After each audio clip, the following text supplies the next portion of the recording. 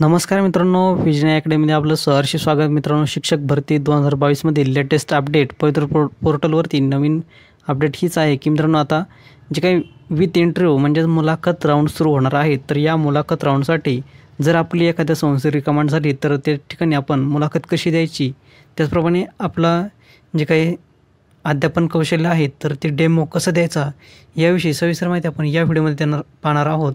मित्रांनो, व्हिडिओ संपूर्ण पहा, कुठे स्किप करू नका.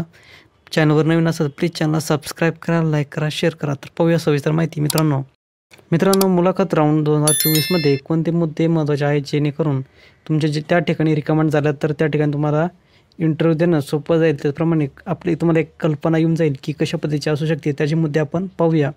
तर यामध्ये प्रथम क्रमांकावर आहेत ते म्हणजे जे काही मुलाखतीसाठी एकूण गुण किती. तर मित्रांनो, मुलाखत राऊंडसाठी एकूण गुण 30 गुण आहेत मित्रांनो या ठिकाणी.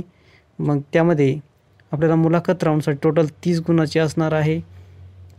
यामध्ये 15 गुण हे मुलाखतसाठी असणार आणि 15 गुण हे डेमोसाठी असणार आहे. तुमचे जे काही प्रश्न विचारणार आहेत यासाठी 15 गुण आणि तुमचं जे काही प्रत्यक्ष अध्यापन कौशल्य सादर करायचं आहे, प्रेझेंटेशन करायचं आहे, डेमो घ्यायचा आहे, तर या अध्यापन कौशल्यासाठी तुम्हाला 15 गुणाचा डेमो ठेवण्यात आलेला आहे. या संपूर्ण प्रक्रियेसाठी मला जे काही सुरुवातीला तुमचा मुलाखतमध्ये 15 गुणाची तुमची प्रत्यक्ष मुलाखत, त्यानंतर 15 गुणाची डेमो, अशा पद्धतीने संपूर्ण प्रक्रिया असणार आहे.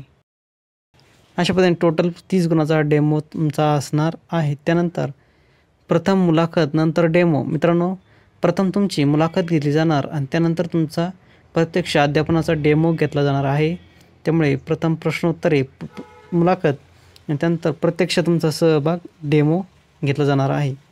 त्यानंतर कागदपत्रे पडताळणी. मित्रांनो, तुमचे जे काही मूळ डॉक्युमेंट्स आहेत तर त्यांची व्हेरिफिकेशन होणार आहे. सर्व तुम्ही फॉर्म भरतेवेळेस जे डॉक्युमेंट तुम्ही केले होते ते सर्व तुम्हाला ते सादर करावे लागणार आहेत. त्यांची एक प्रत झेरॉक्स, सेल्फ अटेस्टेड झेरॉक्स तुम्हाला त्या ठिकाणी संच सोबत घेऊन जायचा आहे. त्या सर्वांची पडताळणी तेथे होणार आहे. त्यानंतर मित्रांनो, अशा पद्धतीने तुमचं संपूर्ण डॉक्युमेंट व्हेरिफिकेशन त्या ठिकाणी केलं जाणार आहे. ओरिजिनल डॉक्युमेंटचं ज्या ठिकाणी टेटचा फॉर्म भरता तुम्ही जे डॉक्युमेंट यस केले होते त्या सर्वांचा त्या ठिकाणी तुम्हाला गरज पडणार आहे. ते सर्व सोबत घेऊन जायचे आहेत. त्यानंतर मित्रांनो, पुढचा मुद्दा आहे तो म्हणजे जे काही अनुभव. तर या अनुभवाचा सुद्धा तुम्हाला त्या ठिकाणी विचारला जाऊ शकतो की तुमचं यापूर्वी कुठे काम केलेलं आहे का, तुमचा एक्सपिरियन्स किती आहे, शिकवण्याचा तुमचा काही अनुभव आहे का, तर हे सुद्धा विचारले जाऊ शकतात. तर या अनुभवामध्ये ज्यांचं यापूर्वी शिकवण्याचा अनुभव असेल त्यांनी होय करायचं, हो म्हणायचं. आणि जे काही तुम्ही कुठे शिकवत होतात, कोणत्या शाळेत कॉलेजवर असतात, तर त्या ठिकाणी तुम्हाला मग प्रश्न विचारले तर ते संपूर्ण तुम्हाला त्या ठिकाणी उत्तरे द्यायची आहेत अनुभवाविषयी. नक्कीच याचा फायदा होणार आहे तुमच्या पुढच्या निवडीसाठी. अनुभव असेल तर अशांना लवकर प्राधान्य मिळू शकते. त्यानंतर प्रश्न विचारणा. मित्रांनो, स्वतःविषयी अनुभव. मित्रांनो, प्रश्न विचारण्यामध्ये स्वतःविषयी त्याचप्रमाणे अनुभव. मित्रांनो, प्रश्न विचारामध्ये स्वतःविषयी प्रश्न म्हणजे तुमच्या पर्सनल विचारले जाऊ शकतात. तुमचं गाव कोणतं, तुमचं नाव, त्याचप्रमाणे तुमचं शिक्षण कुठे झालं, काय, हे तुमचं व्यक्तिगत तुमचे प्रश्न विचारले जाऊ शकतात. स्वतःविषयी, अभ्यासवर्गाविषयी प्रश्न विचारले जाऊ शकतात. त्यानंतर अनुभव. आता सांगितल्याप्रमाणे अनुभवसुद्धा प्रश्न विचारले जाऊ शकतात. तुमचा यापूर्वी अध्यापनाचा अनुभव आहे का, शाळा कॉलेज कुठे, कोणत्या शाळेवर, ते संपूर्ण तुम्हाला विचारलं जाऊ शकतं. जर तुमच्याकडे अनुभव असेल तर विचारलं जाऊ शकतं. तुमच्याकडे अनुभव नसेल तर तो अनुभवाविषयी विचारणार नाही. त्यानंतर व्यक्तिमत्व. तुमची पर्सनॅलिटीसुद्धा मार्क आहेत. त्या पर्सनॅलिटी तुमच्या चेक केली जाऊ शकते. तुमचं व्यक्तिमत्व कसं आहे, तुम्हाला आवड कोणती आहे, छंद काय आहेत, हे सुद्धा विचारले जाऊ शकतात. त्याचप्रमाणे लेटेस्टमध्ये काही प्रश्नसुद्धा विचारले जाऊ शकतात. सामाजिक काही गोष्टी असेल तर त्यांच्याविषयीसुद्धा तुम्हाला प्रश्न विचारले जाऊ शकतात. त्यानंतर मित्रांनो, पुढचा मुद्दा आहे तो म्हणजे ड्रेस कोड. प्रत्यक्ष ड्रेस कोड कशी आहे, तुमचं राहणीमान टापटीपणा आहे का, स्वच्छता आहे का, हे सुद्धा तुमचं चेक केलं जाऊ शकते. त्यामुळे इंटरव्ह्यूसाठी जाताना व्यवस्थित टापटीप, व्यवस्थित साधी राहणीमान, पण व्यवस्थित टापटीप, स्वच्छता आणि इस्त्री केलेली व्यवस्था, अशी सगळी व्यवस्था ड्रेसबाबत ठेवायची आहे. कुठलेही अति फॅशनेबल कपडे घालून जायचे नाही इंटरव्ह्यूला. त्यानंतर स्वभाव, नम्रता.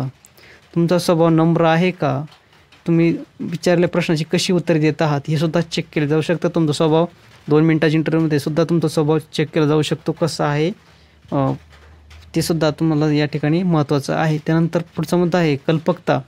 तुम्ही नवीन विचार कसे सृजनात्मक विचार, नाविन्य काहीतरी तुमच्यात सृजनात्मकता आहे का हे सुद्धा पाहिलं जाऊ शकतं.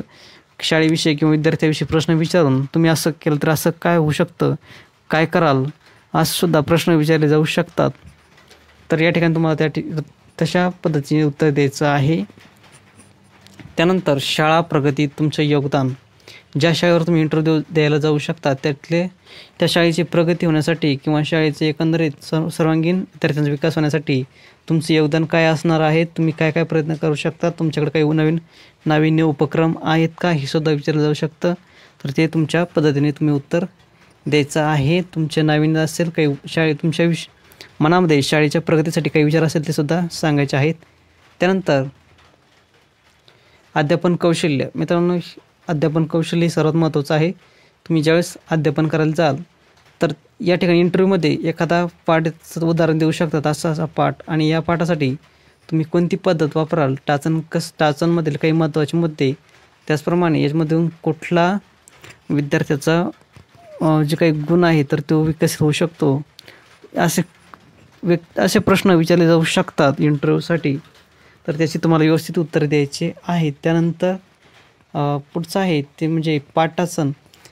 एखादा अध्यापनासाठी पाठ निवडल्यानंतर त्याची पाठासन कशी काढली जाऊ शकते, कुठल्या पायऱ्या आहेत, कोणची पद्धत वापरायची, अध्यापनाची पद्धत, शैक्षणिक साधने याविषयीसुद्धा तुम्हाला या ठिकाणी प्रश्न विचारले जाऊ शकतात तोंडी इंटरव्ह्यूमध्ये. आणि ज्यावेळी डेमोच्या वेळेस वेगळेच, डेमोच्या वेळेस ते प्रत्यक्ष तुमचं चेक केलं जाऊ शकते. त्यानंतर शिकवण्याची पद्धत. तुमची शिकवण्याची पद्धत कशी, कोणत्या धड्यासाठी किंवा कोणत्या चॅप्टरसाठी तुम्ही कुठली पद्धत वापराल असे उदाहरण देऊन विचारले जाऊ शकते. उदाहरणार्थ विज्ञानाचा एखादा प्रयोग असेल तर त्या ठिकाणी कोणती अध्यापन पद्धती वापरायची, तर त्या ठिकाणी प्रायोगिक पद्धत वापरणार आहे असं तुमचं उत्तर असायला हवं. त्याचप्रमाणे शैक्षणिक साधन. एखाद्या पाठाचं उदाहरण देऊन तुम्ही यामध्ये कोणतं शैक्षणिक साधन वापराल असे एक थोडक्यात प्रश्न विचारला जाऊ शकतो. त्यामुळे हे सर्व मुद्दे तुम्हाला महत्त्वाचे आहेत. मित्रांनो, ही संपूर्ण डेमो 15 गुणाचा असणार आहे. एक छोटे प्रश्न तुम्हाला एक उदाहरण सांगितले असे विचारले जाऊ शकतात. तर या डेमोमध्ये अशा पद्धतीने 15 गुणाचा हा डेमो आहे. याची संपूर्ण तयारी तुम्हाला करायची आहे. त्यानंतर मित्रांनो, जे काही 8 नंबरचा मुद्दा आहे तो म्हणजे कोणताही घटक अध्यापनासाठी घेऊ शकता. मित्रांनो, तुम्हाला अध्यापन करण्यासाठी कुठल्याही तुम्ही जे काही घटक आहेत तो अध्यापनासाठी निवडू शकता. याचं स्वातंत्र्य तुम्हाला आहे संस्थेमार्फत. असंच घ्या, अमकाच घ्या अशी कुठली बळजबरी सक्ती तुमच्यावर नसणार नाही. तुम्ही कुठलाही घटक अध्यापनासाठी निवडू शकता. त्यानंतर पुढचं आहे अध्यापन आशय, पद्धत, सहभाग, वर्गनियंत्रण. हे सर्वात महत्त्वाचा गाभा आहे मित्रांनो शिकवण्याचा. कारण अध्यापनात आशय निवडसुद्धा महत्त्वाची आहे. कुठला आशय तुम्ही निवडणार आहात शिकवण्यासाठी ते महत्त्वाचं आहे. त्यानंतर पद्धत, शिकवण्याची पद्धत, अध्यापनाची पद्धत ही कुठली निवडणार आहात, तुम्ही कशा पद्धतीने शिकवत आहात, विद्यार्थ्यांना किती आकलन होत आहे हे सुद्धा पाहणं तितकंच महत्त्वाचं आहे. हे सुद्धा निरीक्षण केलं जाऊ शकतं तुमचं पाठ घेता वेळेस. त्यानंतर विद्यार्थी सहभाग, पाठामध्ये तुमचा सहभाग किती आहे हे सुद्धा.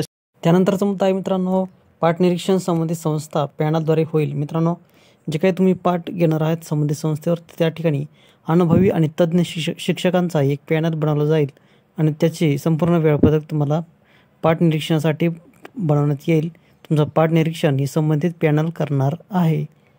तर अशा पद्धतीने हे पाठ निरीक्षण संबंधित संस्थेतील जे काही तज्ज्ञ शिक्षक आहेत किंवा इतर आहेत यांच्यामार्फत ही होणार आहे.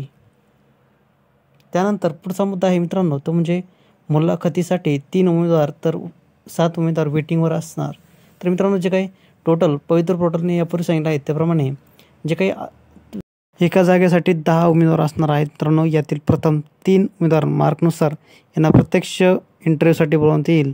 तर जे उर्वरित 7 आहेत तर यांना वेटिंगवर असणार आहेत, त्यांनासुद्धा टप्प्याटप्प्याने बोलवण्यात येणार आहे. तर अशा पद्धतीने टोटल 10 उमेदवार एका जागेसाठी प्रायव्हेट जे काही संस्था आहेत तर त्यासाठी असणार आहेत. त्यानंतर पुढचा मुद्दा पाहूया मित्रांनो. त्यानंतर ज्या उमेदवारांची निवड झाली आहे तर अशा उमेदवारांना कोणत्या गुणाच्या आधारे त्या संस्थेला पवित्र पोर्टलद्वारे उत्तर द्यावे लागणार आहे. मित्रांनो, ज्या उमेदवारांची निवड ही त्या संबंधित संस्थेत होणार आहे तर अशा जे उमेदवार आहेत तर यांची निवड कोणत्या गुणांच्या आधारे किंवा कोणत्या गुणाद्वारे यांची निवड केली आहे ही सुद्धा पवित्र पोर्टलला संबंधित संस्थाचालकांना द्यावी लागणार आहे. त्याचप्रमाणे ज्या उमेदवारांची निवड होणार नाही तर अशा उमेदवारांची निवड का झाली नाही, त्यांच्यात कोणते गुण कमी होते हे सुद्धा पवित्र पोर्टलला लेखी स्वरूपात जे काही संचालक आहेत तर यांना कळवावे लागणार आहे. त्यांना संबंधित सर्व स्पष्टीकरण द्यावे लागणार आहे. त्यामुळे यामध्ये पारदर्शकता नक्कीच असणार आहे. जे उमेदवार सिलेक्ट होणार आहेत तर त्यांची संबंधित उमेदवारांची जे काही कोणते गुण होते, काय विशेष होतं ते सुद्धा सांगावं लागेल. जे उमेदवार नाकारले जाणार आहेत, निवडले जाणार नाही तर त्यांना का नाकारलं, ते निवड का नाही झाली हे सुद्धा स्पष्टीकरण पवित्र पोर्टलला संबंधित संस्थाचालकाला द्यावे लागणार आहे. त्यामुळे ही कुठेतरी जमेची बाजू आहे, कुठेतरी एक चांगली बाब आहे. तर अशा पद्धतीने मित्रांनो, संबंधित आपण प्रायव्हेट मॅनेजमेंटमध्ये इंटरव्ह्यू देण्यासाठी जाणार असाल तर अशा कोणत्या टप्प्याला फेस करावे लागणार आहे, कोणते टप्पे तुम्हाला द्यावे लागणार आहेत, कशा पद्धतीचे असू शकते याचे थोडक्यात आपण आढावा या व्हिडिओमध्ये पाहिला आहे. संबंधित कोणते मुद्दे महत्त्वाचे होते हे सुद्धा आपण यामध्ये पाहिलं आहे. मित्रांनो, व्हिडिओ आवडला असेल तर प्लीज चॅनलला सबस्क्राईब करा, लाईक करा, शेअर करा, जेणेकरून नवीन अपडेट्स आपल्यापर्यंत सतत पोहोचत राहील. मित्रांनो, पुन्हा एकदा व्हिडिओला सबस्क्राईब करा. धन्यवाद.